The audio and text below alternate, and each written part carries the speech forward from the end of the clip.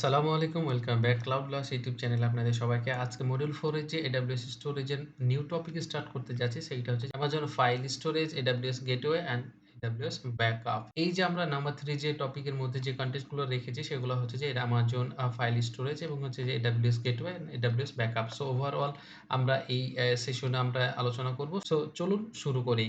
So module 4 এর যে 3 টপিকের আমরা যে কনটেন্টসটা নিয়ে আজকে ডিসকাস করব সেটা হচ্ছে যে what is Amazon elastic file system যেটা কিনা হচ্ছে যে EFS। সো EFS এ ওভারঅল আমরা থিওরিটিক্যাল আমরা দেখব অ্যান্ড দেন হচ্ছে যে আমরা একটা হচ্ছে হ্যান্ডস অন করব। সো আমরা শুরু করার আগে অবশ্যই এই ভিডিওটা লাইক, শেয়ার এবং কমেন্ট করে আপনারা হচ্ছে শেয়ার করে দিন এবং বুস্ট আপ করে দিন রিচ করার জন্য যাতে কিনা অন্যদের মধ্যে পৌঁছে যায়।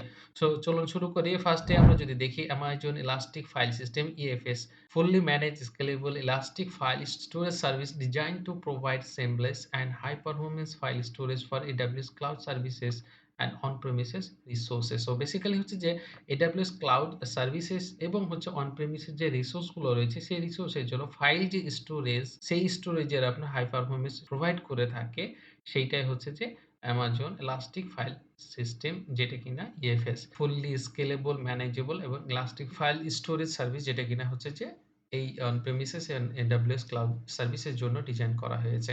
সো এই হচ্ছে যে EFS এর একটা মোটামুটি ইন্ট্রোডাকশন। দেন যদি আমরা দেখি কি ফিচারে আমরা ফার্স্ট এ যদি দেখি scalability and elasticity. So scalability and ইলাস্টিসিটির মধ্যে আমরা দেখি অটোমেটিক স্কেলিং যেখানে কিনা dynamically file edit and remove করা হয় এবং হচ্ছে যে ইলাস্টিক স্টোরেজ যেখানে কিনা scales from gigabyte to petabyte. So আপনার স্কেলেবল এর যে স্টোরেজের দরকার হয়, স্কেল করা হয় সেটা হচ্ছে গিগাবাইট থেকে পেটাবাইট পর্যন্ত স্কেলেবল করতে পারে।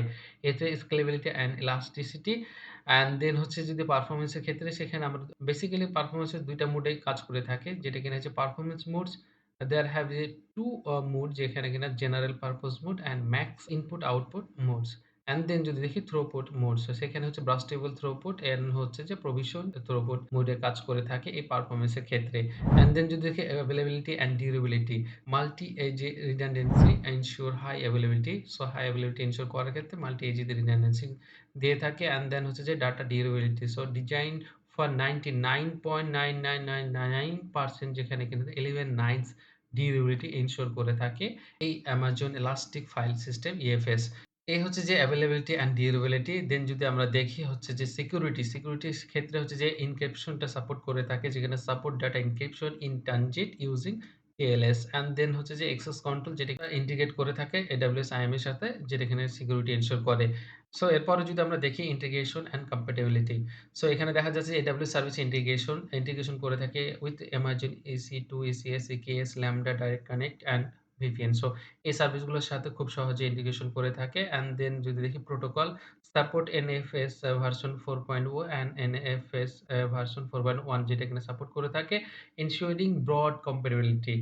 সো প্রোটোকলের ক্ষেত্রে এই সাপোর্ট গুলো দিয়ে থাকে। অ্যান্ড দেন যদি দেখি অন প্রেমিসেস অ্যাক্সেস সো এই হচ্ছে যে অন প্রেমিসেস অ্যাক্সেসিবিলিটি দিয়ে থাকে যেখানে accessible from on premises environment using AWS direct. So AWS direct use করে অন প্রেমিসেস এনভায়রনমেন্টে সে অ্যাক্সেসিবল হয়ে থাকে EFS।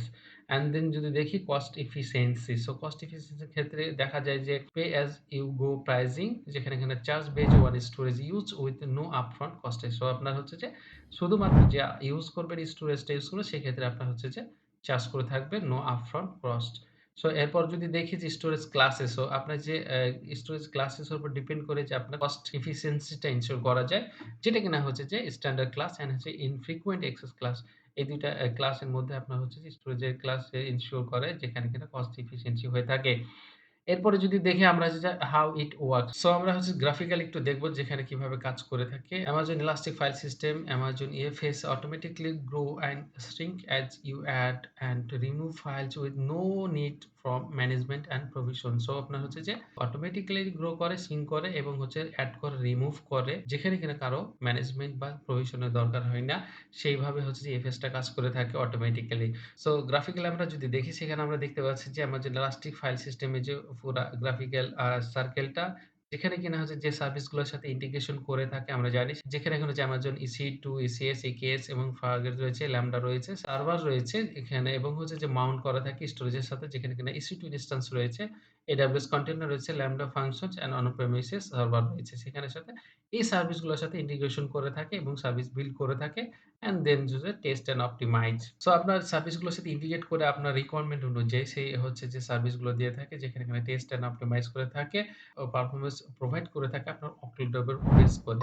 সো এরপর হচ্ছে যে মুভ ডাটা মুভ করে ডাটাবেজের সাথে ইন্টিগ্রেশন করে যেখানে এখানে move data to your file system for cloud or on-premise sources using AWS data sync or SFTP, FTPS and FTP protocol using AWS Transfer Family। So এই হচ্ছে যে কিছু সার্ভিস রয়েছে যেগুলোর সাথে ইন্টিগ্রেট করে ডাটা মুভ করে থাকে এন্ড হচ্ছে যে share and further protect file data যেখানে এখানে file share data, optimise cost and EFS life cycle management and further যে protect data with AWS backup and EFS replication রয়েছে এই সার্ভিসগুলা এই প্রশ্নে দিয়ে থাকি। সো এইভাবে হচ্ছে যে EFS এর যে সার্কেলটা সেটা কমপ্লিট করে থাকে। এই গ্রাফিক্যাল মোডে আপনাদের একটু দেখানোর চেষ্টা করলাম। এরপর যদি দেখি আমরা ইউজ কেসেস সেই ক্ষেত্রে আমরা দেখি যে web serving and content management যেখানে কিনা for large scale data processing করা হয় সেখানে আপনার ইউজ করা হয়ে থাকে।